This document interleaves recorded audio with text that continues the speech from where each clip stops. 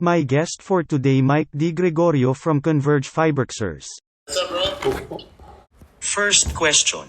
Can you share your experience in your college career? Yeah, for sure. I played college in the States in St. Louis. It's 5 hours south of Chicago, where I'm from. So I played at McKendree University, and it was a great experience. I played for a Hall of Fame coach. His name is Harry Statham. He's the all-time winningest coach in NAIA and Division II basketball. So I went there.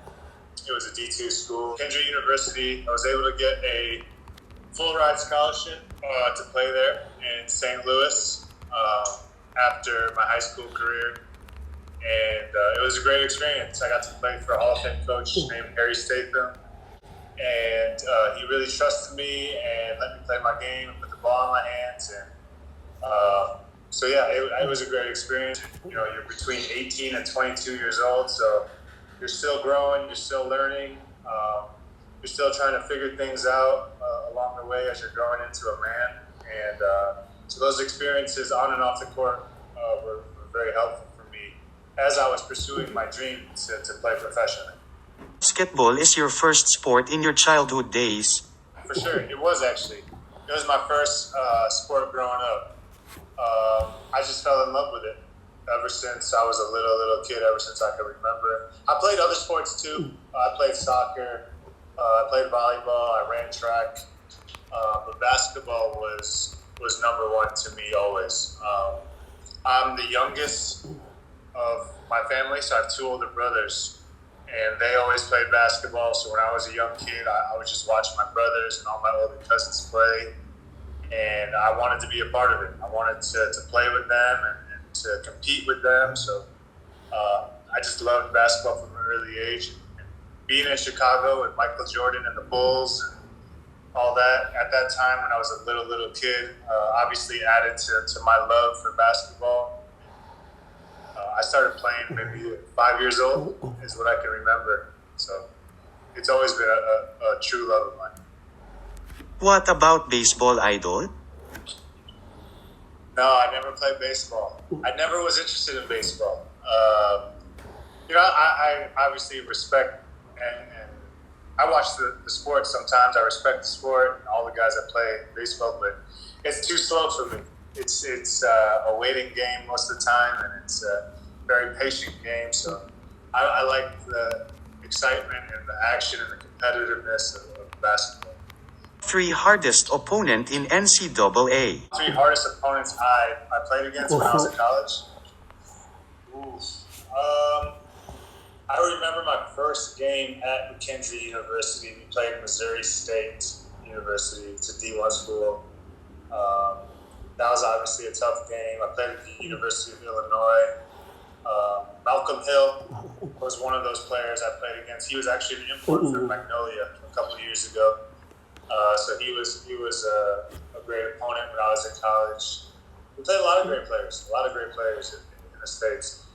Some of the guys actually in high school, the competition was even better, I guess, coming from Chicago. You know, I played against Evan Turner. He went on to be the number 2 pick in the PBA Draft, played a bunch of years in the NBA. Derrick Rose, obviously, was somebody that I played against my freshman year. He was a senior at the time. John Shire, who's now the head coach at Duke University and played at Duke and won a national championship at Duke. He's somebody I played against. So there's a lot of great players that went on to play D1 or NBA that came from Chicago that I played against in high school that I was really fortunate to be a part of. Do you try play other leagues before joining the PBA? No, I didn't actually. Marvin Espiritu is my agent, Boss Marvin, and he's the one that actually brought me out to the Philippines. So when I was, I want to say a sophomore in college, him and Matt Manonuk would come out to the States and they would try to recruit Philams to come to the PBA. And them and their agency, EMBM, which I'm still with right now, they would come recruit. And I never really thought about anything else other than the Philippines, just because obviously I am Filipino, and so it was a blessing, to play in my mom's country and to experience my own roots, but also because Marvin had recruited me starting like towards the end of my sophomore year of college, so I started thinking about it real seriously during my senior year. Do you have passport before 16 in Philippines? I don't, unfortunately. I don't.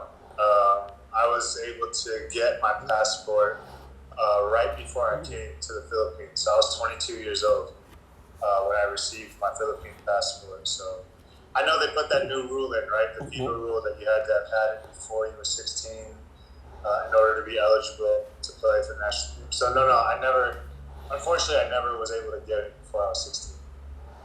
How's your rookie season in the PBA? It is hard, because you from third round pick. Actually, I was a fourth round pick. Fourth round, yeah. You're right. Obviously, when I came here, nobody knew who I was. So, first of all, I've always been a very competitive person. I have a competitive nature about me. I'm an underdog, chip on my shoulder kind of nature about me. So, when I came here, nobody knew who I was. I played in the D League. I was fighting for my spot in the D League. And luckily, I played for Coach Kaloy Garcia. He was my head coach in the D League, and he's somebody that I'm super thankful for because he gave me an opportunity to show what I can do and to play my game. And I ended up leading the D League in 3-point percentage and averaging double figures in the D League. So I felt good going into the draft. And I ended up going to the draft combine. After going home first, I went to the States, trained for like 2.5 months, came back, did the draft combine, worked out with a bunch of teams. I was able to get Mythical 5 at the draft combine. And so I felt good going into the draft. And I just, for whatever reason, I went to the fourth round. And honestly, in hindsight, it was a blessing because it added extra fuel to the fire. It added extra motivation for me to try and prove myself and try to prove my worth.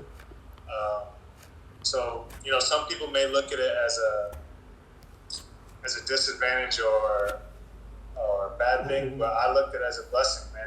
In hindsight, it was a blessing to push me even more, to work even harder, to really, add that, like I said, that fuel to try and prove people wrong. I ended up playing for Coach Tito my rookie year, who's now the head coach of Magnolia.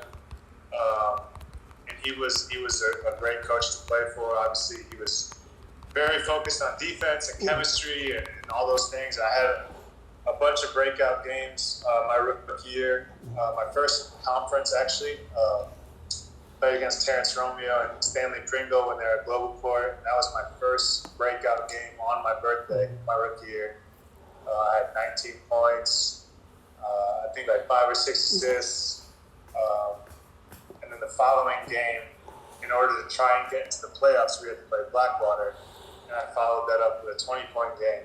So those 2 games, my rookie year, early in my rookie year, really gave me the confidence to keep going, that I was on the right track, to keep pushing.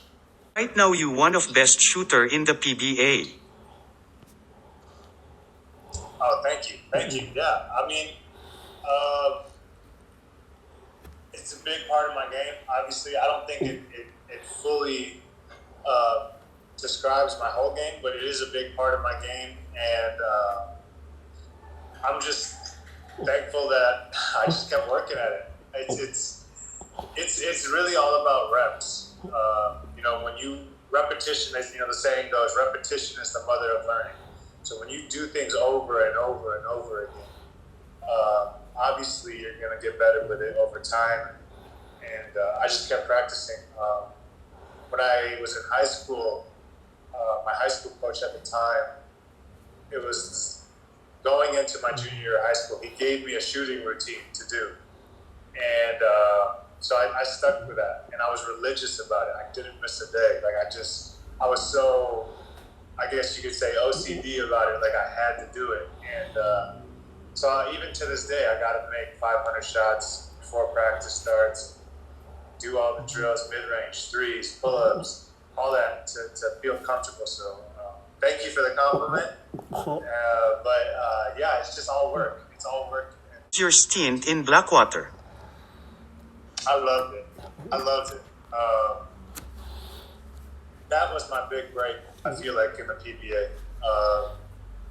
Being with them, I felt like really solidified myself in the PBA, solidified my position in the PBA. I attribute that tenure with them for a lot of my success in the PBA because, again, it's all about opportunity. You know what I mean? There's a lot of talented players in the league, but everybody's in a different situation. So when you get an opportunity to show what you can do and you get a coach that loves your game and really trusts you and puts you in a position to succeed, it's up to you to take advantage of that opportunity and make the most of it. So I loved my stint in Blackwater. Thank you to Coach Leo, Isaac, to Coach Baum, to Coach Aris, all those guys that I played with. And yeah, I mean, like that stint with them was special. I played with great imports. Henry Walker was our import, and he's still a really good friend of mine today. We built a great relationship. Had a lot of success there, so I was really happy with. Alex Stefson, also great import. Yeah, no, you're right. Alex Stevenson was another great import. We had Greg Smith. We had Greg Smith, who we had a lot of success with as well. We actually, honestly, when I was at Blackwater, we had a great team. We had Ray Parks, Elaine Maliksi, Nards Pinto, Roy Sumang, Boy Aram. We had a lot of really, really good players, and we had some good playoff runs. Almost got to the semis a couple times. Just came up short, but like I said, I enjoyed my time there. I was very, very happy with. What happened to Alex Stevenson? Why only play 5 games? When that Commissioner's Cup, I think it was 2019 Commissioner's Cup, if I'm right, that you're referring to. We got off to a really good start. I think we might have been 5-1, something like that, at the time that he ended up leaving. He had a stomach virus. I don't know. You know what? Honestly, to this day, I don't exactly know what was wrong with his stomach, but I remember he got sick midway through the conference. He had a stomach virus. He wasn't feeling well, and they took him to the doctor, and for whatever reason, they couldn't figure out what was wrong with him, and he just kept feeling more and more sick, and so he ended up flying back to the States so he could have his doctor in the States check it out and try and figure out what was wrong with him because they couldn't figure it out here to the doctors that they were taking him to here. So he just felt more comfortable with trying to figure out what was wrong with his body to go to the States and figure it out. So and once he went there, the games, they come so fast in the conference that he wasn't able to get back in time. And we actually changed our import a couple times towards the end of that conference. Yeah. I think we had Stefan Blair that came in, and then also Greg Smith finished with us. For me, you guys have chance in semis if he play all games. I believe so. I think you're absolutely right. Yeah, man, it was unfortunate because, like you said, I think if he would have stayed, I think we would have made the semis. So yeah, I think it was a good opportunity for our team to do that. We have Mac Belo, like I said, Ray, me, Roy. Obviously a great import. We had Elaine. So a lot of good players, man. So yeah. Experience playing with Ray Parks and Belo in Blackwater? Yeah, it was good. Ray was only with us for 2 conferences, the commissioners and the governors, before me and him went to TNT. And he's actually, we got really close. He was a really good, still is a really good friend of mine. We still keep in touch. But we had a lot of good times playing together. We had a lot of good times off the court. Our chemistry was good, and that translated to our play on the court. Mac as well. Me and Mac worked together for a lot of years, actually. I was able to play with Mac for maybe 3.5 years. He came in. I was with him his rookie year, actually. Yeah, I was with him his rookie year, and he was. Mac is such a humble guy. He's obviously a great player, but he's humble. He doesn't complain. He works hard. He's a good guy. So I have nothing bad to say about Mac. And both those experiences with both those guys, man, it was fun to play with them. It's always fun to play with talented players. So those were good times. How's your stint in TNT? It was honestly, it was good. Mark Dickel was the coach at the time, and he really wanted me to go there. He was recruited me to go with their team. He wanted, obviously they have such an emphasis on 3-point shooting, and they shoot a lot of threes, so he really wanted me to go there. And the conference that I ended up getting traded to go with them, I was shooting 65% two-point in that conference in the Governor's Cup. So he was really, really excited about me going there. And then Ray, a couple weeks after I went, Ray came right after me. Ray was able to come. So we stayed together and were able to go to TNT together. Another situation where Cy Young, we were right there to get to the finals. We had KJ McDaniels. And we went to Game 5 of the semis. It was a best-of-5 semis against Morocco. So I wish we would have went to the finals. We were there, right there, and close. Obviously playing with a lot of great players, Ara Pagoy, Jason Castro, all the OG vets, Kelly Williams, Ryan Reyes, all those guys, man. RB was still there at the time. So all those guys were great to play with. I loved all the vets there. J-Wash, they always looked out for me. They always were giving me great advice. So it was a great learning experience. It taught me a lot about different tactical things on how Coach Dickel did certain things. But obviously when you don't win the championship, when you have that much talent, they need to make changes, right? So the management felt that because we fell short of our goal, they needed to make some more changes. And obviously, that's how I ended up at Alaska. Yeah, it was good. I liked it. Every stint is a good learning experience. He's playing right now in Converge. I like it. It's different. Obviously, it's a transition from Alaska.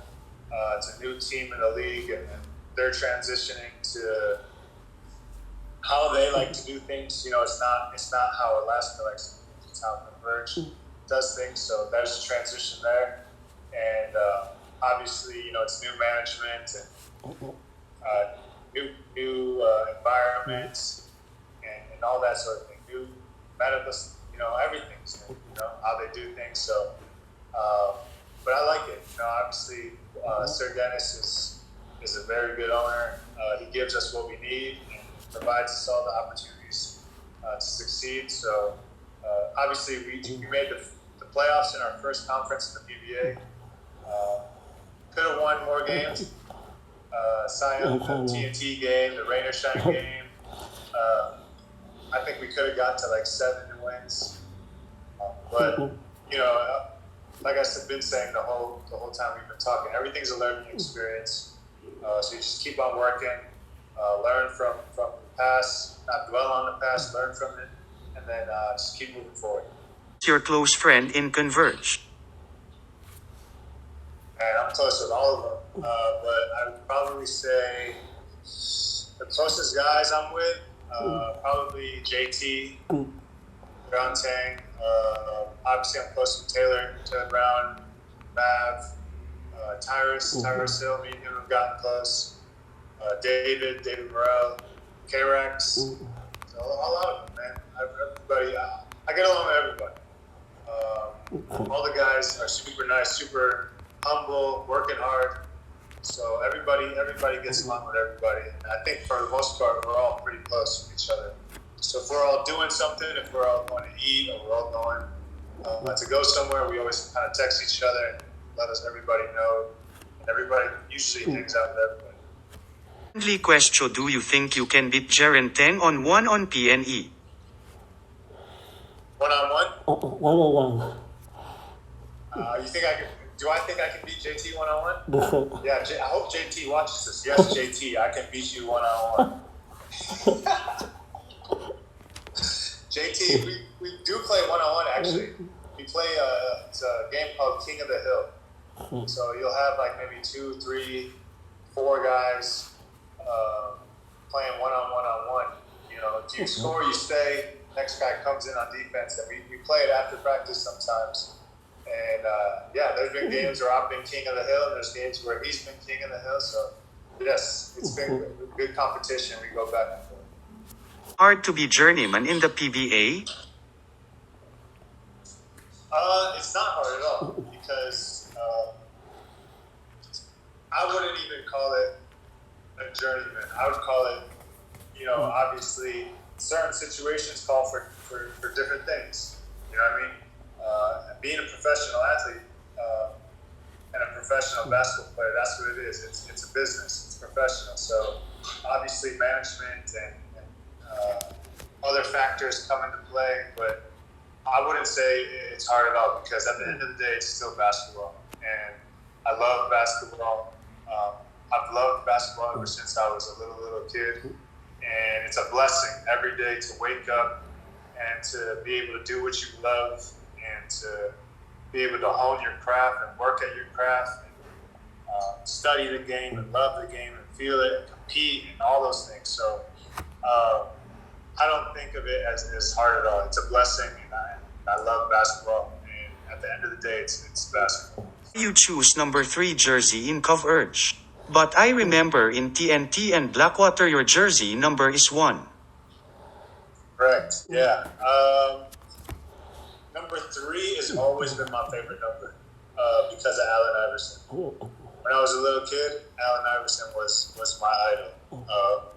I always loved basketball, and I always loved the NBA because obviously the Bulls and Michael Jordan. But I remember when I was in 3rd grade, Allen Iverson, when they went to the finals against the Lakers, I just fell in love with Allen Iverson. I loved his game. He was my idol. He was actually my favorite player from like 3rd grade on to maybe my junior year of college, so for a long time. And I wore number 3 all through grade school, all through high school because of Allen Iverson. And then when I went to the PBA, or Blackwater and TT, I wasn't able to get number 3 because somebody else had it. So I had to choose my next favorite number, which is 1. So I wore number 1. But when I got to Alaska, I was able to get number 3 back. So. Last question: why do you think you guys need to improve for next conference? I think we have the talent.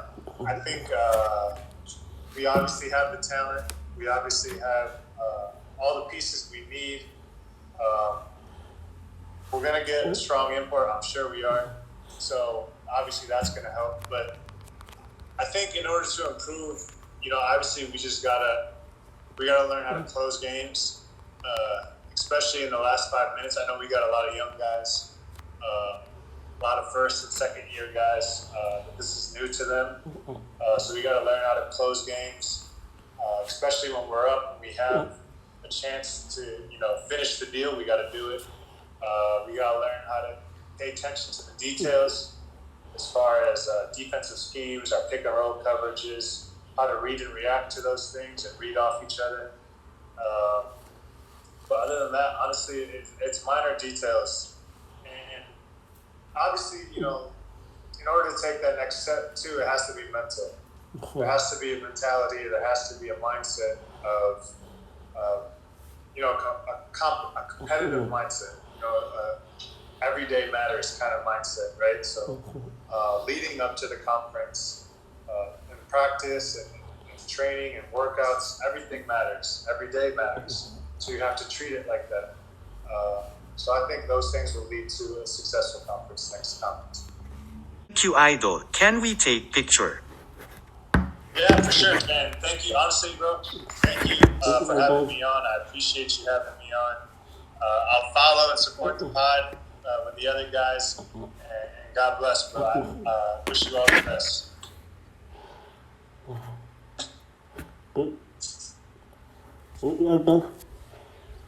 Thank you, bro. Thank you. God bless. God bless. Thank you for watching. Please also subscribe my YouTube channel.